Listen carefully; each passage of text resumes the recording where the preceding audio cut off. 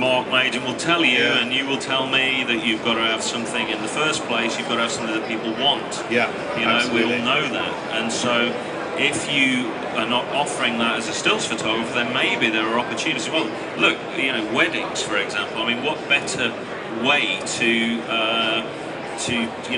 give a client more? Yeah. And you know, it could be that you know, moving into the future, a wedding photographer is shooting with DSLR and pulling the stills. Yeah. I mean, difficult because you're working with very high quality prints. Yeah. And that's one thing you're not going to get from a DSLR. No. You know, and I love printing, as you know. Yeah, you know, so absolutely. But I mean, it's very interesting you say that, because I always felt that the wedding photographers were going to be some of the earliest adopters of this, but they don't seem to have gone through it at all. No.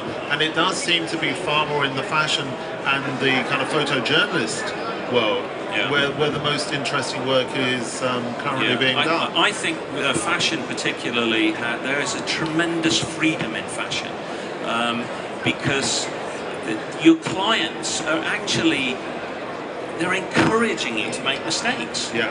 I mean, MAC Cosmetics encourage me. They say, come on, Clive, you know, let's... And so I end up, you know, Frankie says, Clive, why don't we try the tilt-shift lens? So I tried a 45 tilt-shift and a 90 tilt-shift. Never used the bloody things, ever. Right. And I think, well, this looks really hard. And they sat in my bag for about 3 months. And then I pulled them out and thought, oh, I'll give it a go. And, you know, the relationship with Canon is such that the guys there kind of know what you're doing, and they're giving you this encouragement. I love that, you know, I love that support. It's been amazing for me.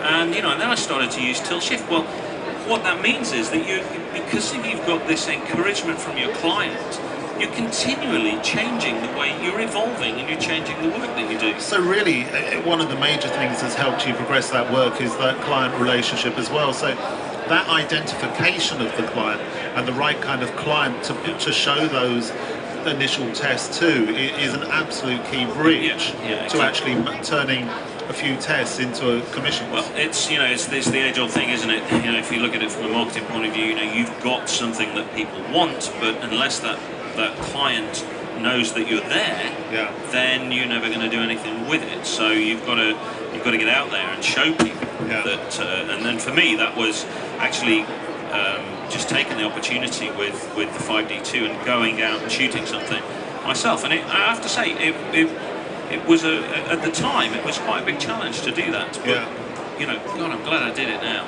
And do you think, I mean, one of the another criticism which is often levelled at a lot of the work that's currently being made on DSLRs is that because it's being made by photographers, it looks nice, but it doesn't actually really do very much, or there isn't very much sense of narrative, which is a classic kind of, particularly in fashion. It's very easy to put a nice piece of music and a pretty girl running through a field. I mean, I've seen quite a few of them in films.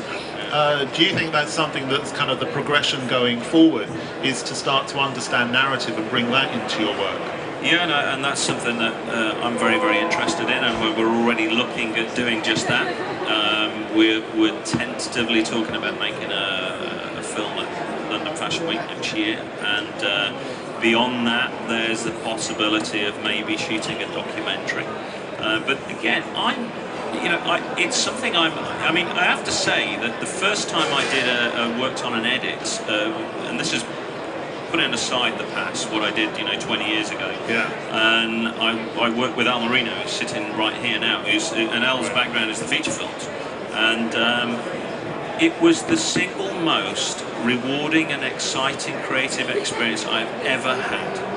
It was amazing, and I actually... But do you think in every photographer there's a secret filmmaker? I think in everybody there's a secret filmmaker, because what better medium is there than moving pictures to fully express creativity? Well, I suppose it's storytelling. Well, I was going to say, you know, I've not yet personally, although to a degree, but again, as you say, it's you might call it a facile sort of look, but it's beauty. It's all about beauty. You know, what we're doing. But I think that that sense of narrative, almost, you know, when photographers start to explore that further, that's when that convergence and that boundary between the filmmakers and the photographers really will be completely blurred. But you know, one thing that's, I think, where this comes from, and something that interests me, is when I started writing, a friend of mine who's a writer said, Clive, if you write about something that you know and understand and you've got something to talk about, it should be good, it should work. And I think the same can go for the idea of making a film short or even something bigger. I think you have to find a project that is close to your heart, that you want to tell a story to people, and I'm still looking for that, you know. And I don't know whether I will always be with a team of people, but I love getting involved in the edit. So, but don't you think also that's one of the key things that, again, I always talk about the magazine, because it's our way of kind of expressing and communicating what we think about professional photography. So it's very much an ongoing debate, and I think, you know, one of the sort of longest ongoing debates that we've been running is the importance of personal projects as a still life photographer to progress your work to whether it has an end goal, whether it is a book, an exhibition or whatever, in a sense isn't as important as actually just creating that work, especially when the phone isn't ringing as much as you'd like it to. But you feel the same thing with the filmmaking as well as with the photography? Yeah, I mean, I think it's important to keep working. You know, I mean, I rarely look at other photographers' work. Maybe Well, I've had a go at you about that before. Yeah, so. I know, and I'm terrible on photographing history and all that. And I do make an effort from time to time, and I do. But my reference doesn't necessarily always come from other photographers. Well, yeah, exactly. You know, with the filmmaking going forward, especially, you know, I love films. You know, I watch films all the time. You know, and I look to film. You know, I look to things like. I know there may be obvious examples. I mean, we did a campaign shoot for Shiyamura, which the influences there were Stanley Kubrick and Barry Lyndon. Okay. You know, and I look at that film and it amazes me. You know, I wanted to shoot that still shoot with candles because I knew that the Canon primes could handle it. Isn't that the one with the sheep go off of the cliff? You're on about sheep again. I know I am. I know. What's that all about? I don't know. Yeah. Anyway, I think that's probably a very good moment to just open up to the floor.